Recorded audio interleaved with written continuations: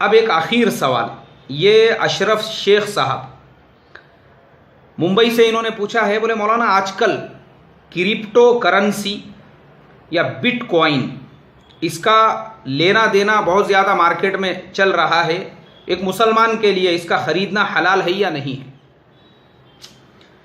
भाई हमारे अशरफ शेख साहब, आपके जवाब के सिलसिले में मैंने हमारे इंडिया के नेशनल और इंटरनेशनल, जैसे मैं अदर जो हमारे हनाफी उलामा हैं, हनाफी दारुल इफ्ता है, उन तमाम के मैंने वेबसाइट्स छान मारा हूँ, लेकिन बिट कॉइन के ताल्लुक़ से वाज़ेह मसला मुझे कोई अभी तक जवाब नहीं मिला। और मुझे उम्मीद है इंशाअल्लाह हमारे उलामा, जैसे जदीद मसाइल पर हमारे हनाफी उलामा की जो फ़िक़्ह अकेडमी है, वो लोग इसके ऊपर भी कोई एक्शन लेंगे और अनकरीब कुछ ना कुछ जवाब उनकी तरफ से जो है इसके ताल्लुक़ से भी आएगा।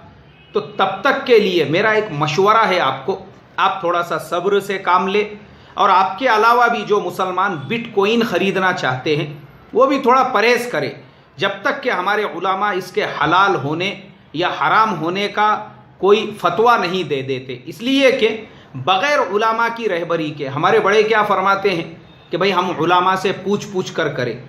अच्छा किया आपने मेरे से सवाल किया, लेकिन चूँकि मैं ख़ुद भी रिस्पॉन्सिबल नहीं हूँ कि मैं आपको कोई फतवा या कोई जवाब दूँ, क्योंकि हम भी, हमारे बड़ों ने किताबों के अंदर जो मसाइल के जवाब लिखे हैं वो रीड करके, वो पढ़ के ही आपको उसका रिप्लाई देते हैं। तो अब अभी इसका जवाब तो हमको मिला नहीं, तो इसलिए मैं आपसे यही दरख्वास्त करूँगा, थोड़ा सा आप सब्र से काम ले।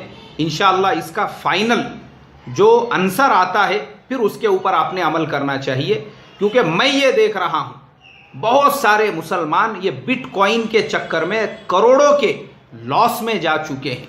हमारे हिंदुस्तान के एक फिल्म एक्टर, उनको 750 करोड़ का ये बिटकॉइन के अंदर 3 दिन में लॉस हो चुका है। अब मुझे वो डिटेल नहीं बताना है, तो इसके लिए मैं यही दरख्वास्त करूँगा आपसे, आप थोड़ा सब्र करें और हिल्लत व हुर्मत का फतवा आने के बाद ही उस पर अमल करें। अब भाई आखिर में एक दरख्वास्त ये आप तमाम लोगों से, जो भी भाई हमारे सवालात पूछना चाहते हैं वो मेल करें, और मेल में नीचे अपना नाम और अपने शहर का नाम मेंशन करें। imfpuneIndia@gmail.com पे आप मेल कीजिए। अल्लाह मुझे आपको अमल की तौफीक अता फरमाए। अस्सलामु अलैकुम व रहमतुल्लाहि व बरकातुहू।